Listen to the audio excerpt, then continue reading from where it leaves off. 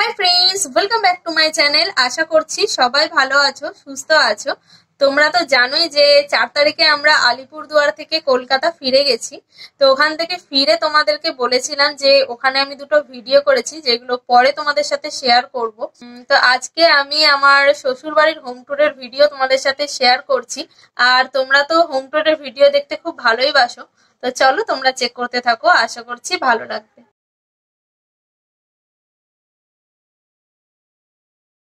তো এখন আমরা আছি আলিপুরদুয়ারের বাড়িতে। এখানে আমাদের কমই আসা হয়, বছরে 1-2 বার আসি।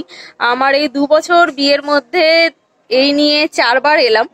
তো এখন যেহেতু আলিপুরদুয়ারের বাড়িতে আছি, তাই ভাবলাম তোমাদের সাথে আমার শ্বশুরবাড়ির হোম ট্যুরটা শেয়ার করে নিই।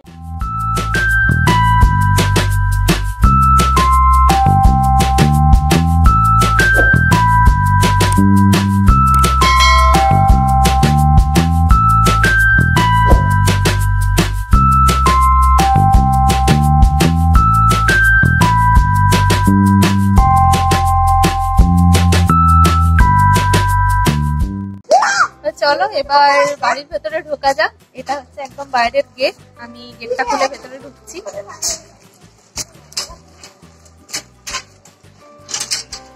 আর এখানে হচ্ছে মাঝখান দিয়ে একটা রাস্তা আছে, আর বাদিকে এই পাশে হচ্ছে আমাদের বাগান, মানে আমার শ্বশুর মশাইয়ের ক্ষেত। দেখো সবসময় এখানে কাজ করতেই থাকে। তো চলো আমরা একটু বাগানের ভেতরে ঢুকি। এখানে এখন সব রকমের গাছ তোমরা দেখতে পাবে। এখানে কলা গাছ আছে, এটা আম গাছ, এপাশে একটা কাঁঠাল গাছ আছে, আর এটা একটা বাহারি গাছ। আর এখানে তো তুলসী গাছ আছে, এপাশে কয়েকটা ফুলের গাছ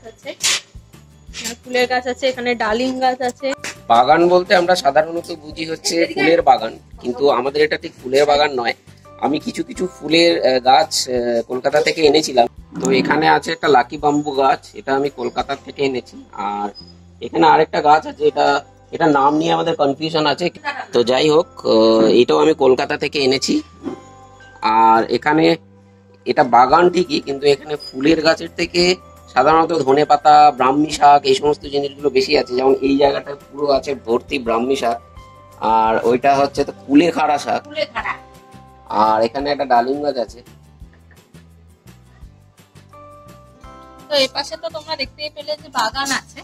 আর এই পাশে হচ্ছে আমাদের পুরনো কিছু ঘর আছে, যেগুলো আগে সৌম্যরা যেখানে থাকতো, ওই ঘরগুলো এখন ভাড়া দেওয়া আছে। তোমাদেরকে আগের দিন বলছিলাম যে আমাদের বাড়িতে 3-4টে ফ্যামিলি ভাড়া থাকে। তো দেখে নাও সৌম্যদের পুরনো ঘরগুলো। আর এইগুলো নিয়ে আমার থেকে সৌম্য বেশি ভালো বলতে পারবে, তো তোমরা ওর থেকেই শুনে নাও। আমাদের বাড়িতে ঢুকলে তোমরা হঠাৎ করে হয়তো মনে করবে যে দুটো বাড়ি পাশাপাশি, কারণ এই দিকের বাড়িটা হচ্ছে এক রকম প্যাটার্নের, আর এইটা হচ্ছে কিছুটা ওল্ড প্যাটার্নের। মানে এটা হচ্ছে কাঠের আর টিন মিলিয়ে একটা ঘর। নিচের যে এরিয়াটা সিমেন্টিং করা আছে সেটা আগে কাঠের ছিল।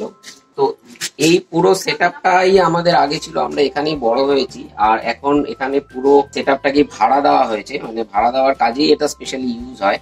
আর আমরা এখন থাকি হচ্ছে এই পার্টটাতে, যেটা অনেক পরে হয়েছে। এটা হচ্ছে আমাদের গ্যারেজ ঘর।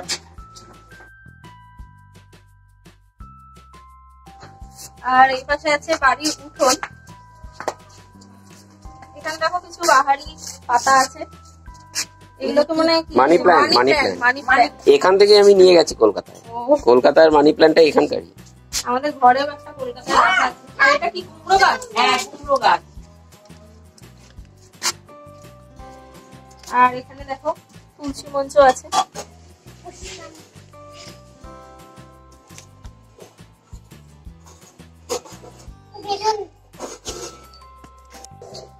আর এইটা হচ্ছে আমাদের বাড়ির পেছন দিক। দেখো পেছনে এই কুয়ো দেখা যাচ্ছে, পেছনে কুয়ো আছে, তার পাশে একটা টিউবওয়েল আছে, যেটা যারা ভাড়া থাকে তারা ইউজ করে। আর এই পাশে দেখো আমাদের এই পাশ দিয়েও ঢোকা যায়, একটা দরজা আছে। আর এখানেও আমাদের একটা ডিপ টিউবওয়েল আছে, এই জলও খাওয়া হয়। তাছাড়া আমাদের বাড়ির ভেতরে আমাদের কিচেনে একটা অ্যাকোয়াগার্ড লাগানো আছে, আমরা সেই জলও খাই। এই জলও খুব ভালো, খুব ঠান্ডা। আর এই পাশ দিয়ে সোজা গেলে দেখো ওপাশে দেখতে পাচ্ছ বেসিন আছে, আর তার পাশে আছে বাথরুম। আমরা এখন যেখানে থাকি তো সেখান দিয়ে ঢুকছি। এটা হচ্ছে আমাদের মেইন এন্ট্রান্স। এখানে একটা লম্বা বারান্দা আছে আর এখানে চেয়ার পাতা থাকে, আমরা এখানে বসে রাস্তার লোকজন দেখি আর কি। এখানে মাম বসে আছে আর বাপি বসে আছে। এখানে বসে কিছুটা টাইম কেটে যায়। যে সকালবেলা এর আগে একটা ভিডিওতে তোমাদেরকে বলছিলাম যে এখানে বসে বসে চা খাই বা কখনো মুড়িও খাই, ব্রেকফাস্টও করি, বেশ ভালো লাগে। আর এবার আমরা ভেতরে ঢুকছি ঘরে। এটা তোমরা বসার ঘর বলতে পারো। এখানে টিভি আছে, এখানে একটা ক্যাবিনেট আছে আর সোফা সেট আছে, এখানে সবাই বসে টিভি দেখে। এবার ভেতরে ঢুকছি। এটা হচ্ছে ডাইনিং। এই টেবিলে বসে খাওয়া হয়। এই টেবিলটা আমাদের খাওয়া দাওয়ার জন্য ইউজ হয়। তো এটা ডাইনিং। আর এখানে কিচেন আছে। কিচেন দেখো আমাদের দুভাগে ভাগ করা। শ্বশুর মশাই আর শাশুড়ি মা যেদিনকে নিরামিষ খায় তখন ওরা এই কিচেনটা ইউজ করে, আর আমিষের দিনকে আমাদের এই কিচেনটা ইউজ হয়। মানে একটাই আর কি বড়, সেটা মাঝখান দিয়ে পার্টিশন করা আছে দুভাগে, একটা নিরামিষ একটা আমিষ। আর এর ভেতরে একটা ঘর আছে। আর এই ঘরটা তোমরা দেখে বুঝতে পারছো যে পুরো একদম এলোমেলো রয়েছে। আমরা দুদিন ধরে এসেছি, এই ঘরেই শুচ্ছি, এই ঘরেই। আর দুদিন ধরে বৃষ্টি হচ্ছিল বলে জামা কাপড় এখানে মেলা রয়েছে ভিজে বলে, ওই জন্য এই ঘরটা একটু এলোমেলো। আমরা এসে এই ঘরেই আছি, এই ঘরেই থাকি আর কি। এখানে একটা বেড আছে, এখানে আলনা আছে আর এখানে শোকেস রাখা আছে যেখানে বইপত্র থাকে। আর এখানে একটা ছোট ড্রেসিং টেবিল আছে। এবার আমি ঢুকছি আমার শ্বশুর মশাই আর শাশুড়ি মার বেডরুমে। তো এখানে একটা বেড আছে, বেডের মধ্যে দেখো এখানেও কিন্তু জামা কাপড় রাখা আছে। তোমাদেরকে বললাম দুদিন ধরে বৃষ্টি হচ্ছে বলে সব জামা কাপড় এলোমেলো করা আছে।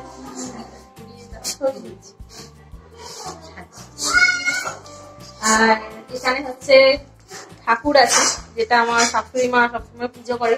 তোমাদেরকে আমি যেদিনকে গোপাল পুজো করেছিলাম জন্মাষ্টমীর দিন, সেদিনকে বলেছিলাম যে আমার শ্বশুর বাড়িতে গোপাল আছে যেটা আমার শাশুড়ি মা পুজো করেন, মানে ওকে যত্ন করে। এখানে আমাদের গোপাল আছে।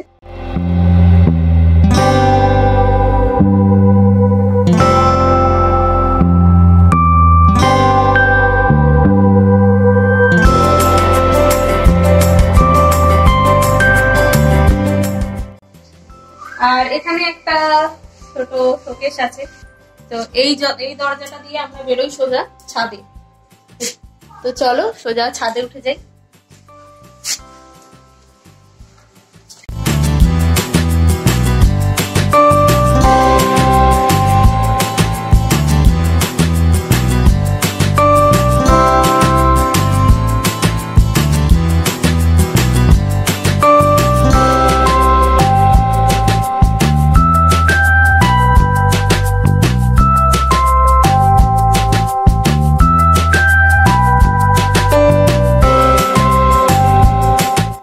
ছাদে উঠে গেছি আর এখানে দেখো একটা সৌম্যর আঁকা ছবি আছে, রবীন্দ্রনাথের ছবি, রবীন্দ্রনাথ ঠাকুরের। ও আগে খুব ভালো আঁকতো, তো ওরই আঁকা, এটা অনেক বছর আগের ছবি। আমাদের ছাদটা খুব বেশি বড় নয় আবার খুব বেশি ছোটও নয়, মানে আমাদের মোটামুটি কলকাতায় ফ্ল্যাটে যে ছাদটা আছে তার থেকে বোধহয় একটু বড়, তাই না?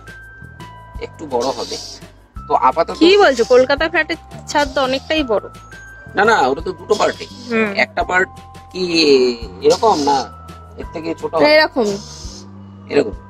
তো কলকাতায় যে ফ্ল্যাট আছে সেই ফ্ল্যাটের যে ছাদ আছে মোটামুটি ছাদটা ওই রকম, একটা পাশে যে ছাদ আছে সেরকমই।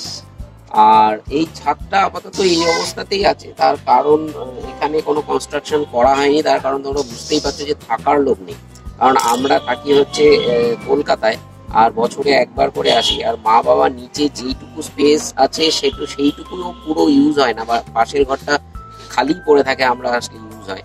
তো সুতরাং ওপরে কনস্ট্রাকশন করে এখন কোনো লাভ নেই। তো যার জন্য, আর এটাও ভালো যে এখানে একটু খোলা স্পেস পাওয়া যায়।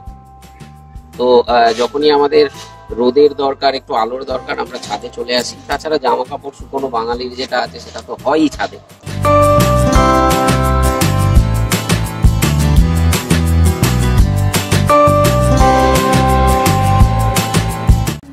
বাঁধের একেবারে পূর্ব দিকে আছে আমাদের জলের রিজার্ভার, আর এই দিকটা হচ্ছে পূর্ব দিক। আর এই সোজাসুজি গেলে হচ্ছে আমাদের আলিপুরদুয়ার টাউনটা, মানে যেটা মেন রোড আর কি, সেই রোডটা এই সাইডে পড়বে পূর্ব দিকে। আর ঠিক পশ্চিম দিকে পড়বে কালকে যে তোমাদের নদীটার কথা বলেছিলাম, ডিমা নদী, সেই নদীর বাঁধ পড়বে এবং বাঁধের পরেই ডিমা নদীটা পড়বে। আর এই পাশটায় দেখো অনেক পুরোনো দিনের কাঠ রাখা আছে। তো আগে আমাদের পুরোনো যেই ঘরে আমি বড় হয়েছি সেই ঘরটা কাঠের ঘর ছিল। নর্থ বেঙ্গলে প্রচুর কাঠের ঘর তোমরা দেখতে পাবে। কলকাতার লোক কাঠের ঘর শুনলে বলে বাবা কাঠের ঘর, কিন্তু আমরা কিন্তু কাঠের ঘরেই বড় হয়েছি। কাঠ পুরোটা কাঠ নয়, কাঠ আর টিন দুটো মিশিয়েই বাড়ি তৈরি হয়। টিনের ঘরও তো প্রচুর রয়েছে নর্থ বেঙ্গলে, টিনের বাড়ি প্রচুর। মানে কেউ যদি তোমরা নর্থ বেঙ্গল আসো তাহলে ট্রেন থেকেই তোমরা দেখতে পাবে যে প্রচুর টিনের ঘর আছে। এই কাঠগুলো হচ্ছে আমাদের পুরোনো ঘরের কিছু মানে এখন বাড়তি কাঠ আর কি, যেটা এখন ধরো সিমেন্টিং হয়ে গেছে, সেই জায়গাগুলো থেকে কাঠ ছিল। ফ্লোরটা যেমন কাঠের ছিল, সেই ফ্লোরে কিছু কাঠ ফাট এখানে রাখা আছে। আর এখানে কাঠেরও তো খুব কম দাম, সেটা বললে নর্থ বেঙ্গলের কাঠের দাম সাউথ বেঙ্গল থেকে অবশ্যই কম। আর তোমরা বুঝতেই পারছো সামনে এত ফরেস্ট আছে, তো ফরেস্ট থাকার ফলে কাঠের কোয়ালিটি কাঠও ভালো পাওয়া যায় এবং কাঠের পরিমাণও প্রচুর এবং দামটাও কম।